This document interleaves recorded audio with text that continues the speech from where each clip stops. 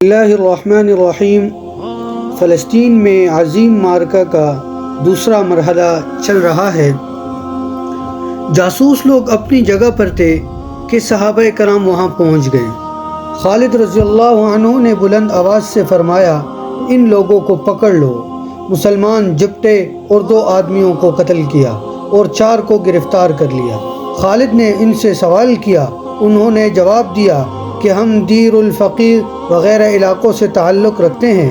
عرب کے داخل ہونے کا خطرہ سب کو لاحق ہو گیا ہے۔ کچھ لوگ تو قلعوں میں چھپ گئے ہیں اور ہم نے اس ٹیلے پر پناہ لی تھی۔ خالد رضی اللہ عنہ نے پوچھا کہ رومیوں کا لشکر کہاں تک پہنچ گیا ہے؟ انہوں نے کہا، اجنادین کے مقام تک لشکر آ چکا ہے۔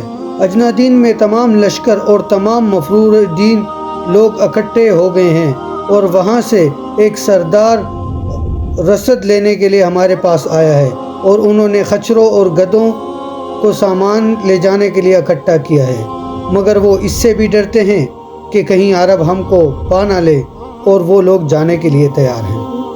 خالد بن سعید رضی اللہ عنہ نے فرمایا کہ رب کعبہ کی قسم، یہ تو مال غنیمت ہے۔ آپ رضی اللہ عنہ نے اللہ تعالی سے مدد کی دعا کی۔ خالد رضی اللہ عنہ نے ان کو فرمایا کہ دین اسلام کے متعلق تمہارا کیا خیال ہے؟ انہوں نے کہا کہ دین صلیب کے علاوہ کسی دین کو نہیں جانتے۔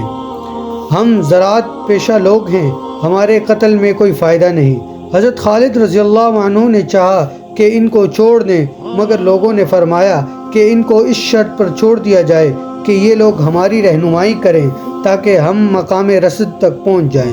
چنانچہ وہ لوگ آگے اور حضرت خالد رضی اللہ عنہ اور ان کے تمام ساتھی پیچھے پیچھے چلے گئے، یہاں تک کہ مقام رسد کے قریب پہنچ گئے۔ دیکھا تو وہ لوگ رسد کو جانوروں پر لاد رہے ہیں اور ٹیلا کے گرد 600 سوار موجود ہیں۔ خالد رضی اللہ عنہ نے یہ دیکھ کر مسلمانوں سے فرمایا کہ یاد رکھو، اللہ نے تم سے نصرت کا وعدہ کیا ہے اور جہاد تم پر فرض کیا ہے۔ دشمن سامنے ہے، کوشش کرو، اور اللہ کا حکم اس طرح ہے، ان اللہ یحب الذین یقاتلون فی سبیلہ صفا کأنہم بنیان مرصوص۔ میں دشمن پر اب حملہ کرتا ہوں، تم بھی میرے ساتھ حملہ کر دو۔ یہ کہہ کر آپ رضی اللہ عنہ نے حملہ کر دیا اور آپ کے ساتھ قوم حمیر نے بھی حملہ کیا۔ حذیفہ بن سعید رضی اللہ عنہ فرماتے ہیں کہ جس وقت ہم نے رومیوں کو اپنے مقابلے کے واسطے آتے دیکھا تو جو کاشتکار تھے وہ تو بھاگ گئے، مگر رومی 1 گھنٹہ تک مقابلہ میں ڈٹے رہے۔ ذوالقاع الحمیری رضی اللہ عنہ نے اپنی قوم کو مخاطب کر کے فرمایا کہ اے آل حمیر، آسمانوں کے دروازے کھل گئے، جنت تمہارے واسطے آراستہ ہو گئی، حوریں انتظار کرنے لگیں۔ یہ گفتگو جاری تھی کہ خالد رضی اللہ عنہ رومیوں کے سردار تک پہنچ گئے اور وہ اپنی فوجوں کو درست کر رہا تھا۔ آپ رضی اللہ عنہ اس کی طرف آگے بڑھے اور ایک زوردار آواز سے ان کو للکارا اور وہ مرعوب ہو گیا۔ خالد رضی اللہ عنہ نے فرمایا، ہائے سعید کا بدلہ! یہ کہہ کر ایک نیزہ اس کو مارا اور وہ لوہے کی دیوار کی طرح زمین پر گر پڑا۔ خالد رضی اللہ عنہ نے ہر سپاہی نے کسی نہ کسی رومی کو قتل کیا، اور اس طرح رومیوں کے 320 سپاہی قتل ہوئے اور باقی شکست کھا کر بھاگ گئے۔ مسلمانوں نے مال غنیمت جمع کیا اور خوشی خوشی عمرو بن العاص رضی اللہ عنہ کے پاس واپس لوٹ گئے۔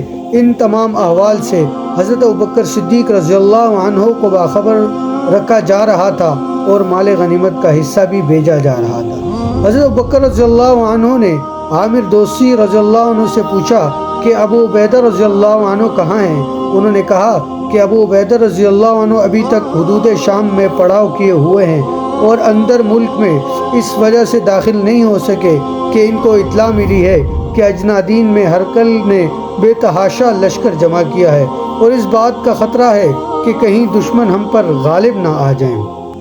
ابوبکر رضی اللہ عنہ سمجھ گئے کہ ابو عبیدہ نازک طبیعت کے آدمی ہیں، رومیوں کے ساتھ مقابلہ کی شدت نہیں رکھتے ہیں، لہٰذا ان کی جگہ خالد بن ولید رضی اللہ عنہ کو امیر عام مقرر کرنا چاہیے۔ تمام صحابہ رضی اللہ عنہ نے اس بات کو پسند کیا۔ اس طرح کی مزید اچھی ویڈیوز دیکھنے کے لیے ہمارے چینل کو لائک کیجئے، سبسکرائب کیجئے اور کومنٹس کیجئے۔ السلام علیکم ورحمۃ اللہ۔